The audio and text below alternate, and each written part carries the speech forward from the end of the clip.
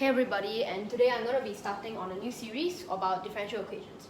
Today I'm going to be talking about the first type of differential equation I'm going to talk about, separable differential equations. Well, these are the easiest to try to solve, and you can do it as yourself as well.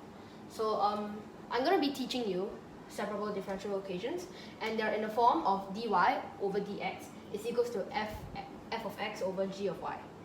So this function, right, how do we solve for y? Well, the tip is, we just write the equation first, and like this. So the trick here is, if you're doing a general case, then we can cross multiply these two, right? So after we cross multiply, we get g of y dy is equals to f of x dx. This dy and dx may not make sense to you unless you already know what this differential means, but for now I'm just going to leave it, and I'm going to do what is probably intuitive, take the integral.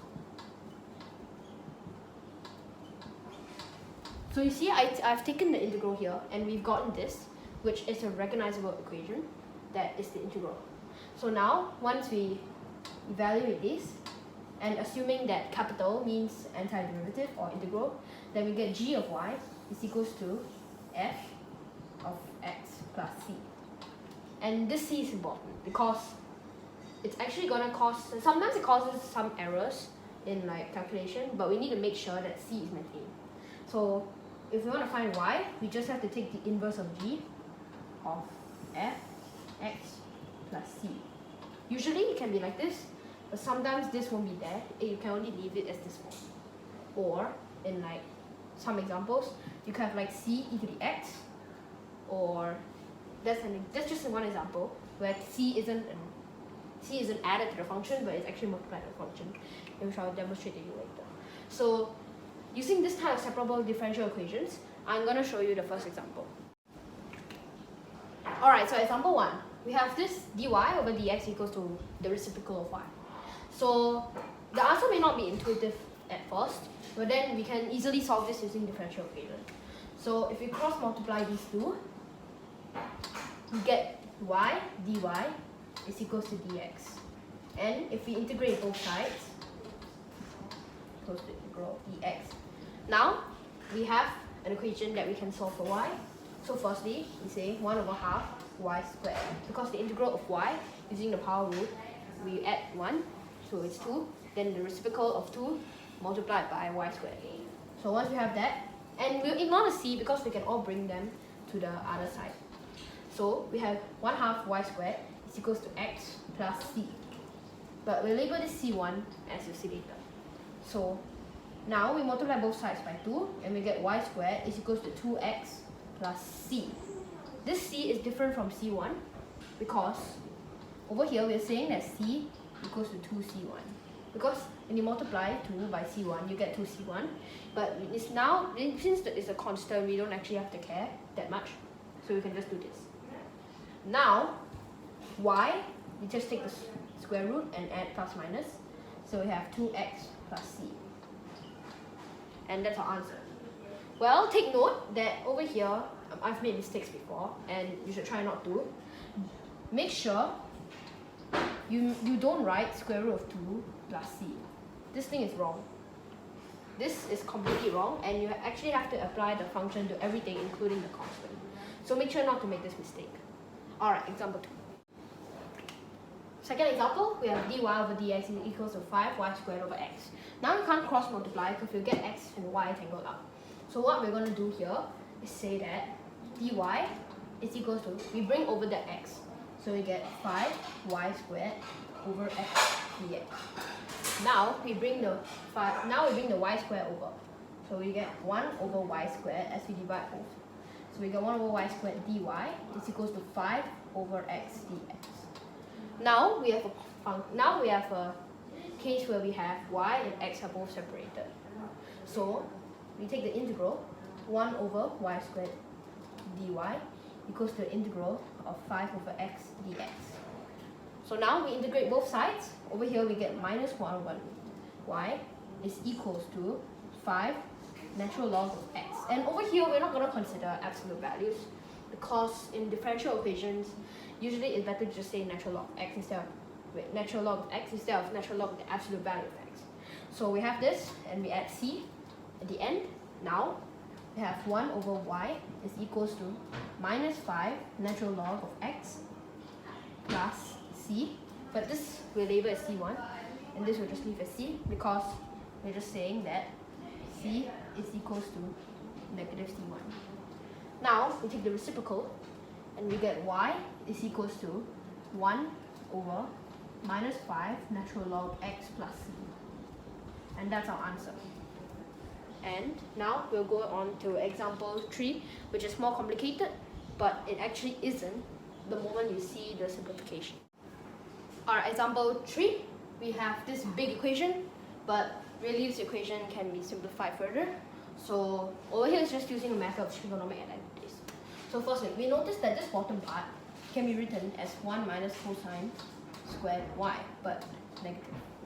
So, but we know that this from trigonometric identities is sine squared of y. So over here we can simplify the bottom already. But how about the top? The top we can rewrite cosine x plus y as cosine x cosine y minus sine x sine y. And we still have minus cosine x cosine y here. And you can see how I made this from. It's just to cancel these two out. These two may be a bit of a nuisance when we're trying to make out separable differential equations. Alright, now we have the bottom minus sine squared y. So we can simplify this further. Firstly, these negatives can cancel out. Then these signs, this will cancel out, and this power will change to 1. So we have that dy over dx is actually sine x over sine y. Not as painful to read anymore. So now we have dy. Yeah, now we can cross multiply. So we get sine y dy equals to sine x dx. Then, now we just integrate both sides. Integral of sine y dy is equals to integral of sine x dx. Finally, we integrate these and we get minus cosine y equals to minus cosine x plus c1. Then we have cosine y is equals to cosine x plus c, given that c is equals to minus c1. Now that we have this equation, we just need to solve for y. Y is equals to cosine inverse of cosine x plus c. And that is our final answer for example 3. Example 3 wasn't too hard, except that we have this big equation, but as long as you know your trig identities, we can solve the differential equation. Alright, now we will go and solve a differential equation in an application problem. Alright, so here we have an application problem. So let's say there's a virus currently, and this virus follows this differential equation. R of t is equals to 1/5 of P of t. So what does this mean? It says that t is the time in months. The R of t is the rate of the growth of the virus, and P of t is the population of the virus. Or in other words, how many people the virus has infected. So the first question, part A, solve for pt. So how do we solve this? Now firstly, notice that this R of t, the rate of growth, is actually P derivative because the rate is really the derivative, in other words, like slope. So really, R of t is actually P derivative of t equals to 1/5 pt. And you know what? Let's forget t for a moment. We can instead write that dp over dt is equals to 1/5 of p. So now that we have this, we solve it. We can't cross multiply, but we can just manipulate it. So dp is equals to 1/5p multiplied by dt. Then we have that 1 over p dp is equals to 1/5 of dt. Now that we have this, we can solve the equation. We take the integral on both sides, like this, and we get that natural log of p is equals to 1 over 5t. And take note, we don't need the absolute value here because t is always, and this population of the virus is always going to be above 0. So it doesn't matter over here. So now that we have this, again, we add c and we put 1 here because I'm going to show you what is really important here. So we raise e to both sides, including this. So now that we have this, we have p is equals to, now take note, this c1, right? It's really important that we take note that c will be equal to e c1, but it's actually multiplied because of how the e function, because how e to the x behaves. Because like you know e x plus y is equals to e to the x, e to the y. So knowing this, we actually have to multiply c. So c e to the 1/5t. So that is our answer. But we're not done. We're not done given the fact that we know that the virus starts off infected 3 people at the beginning.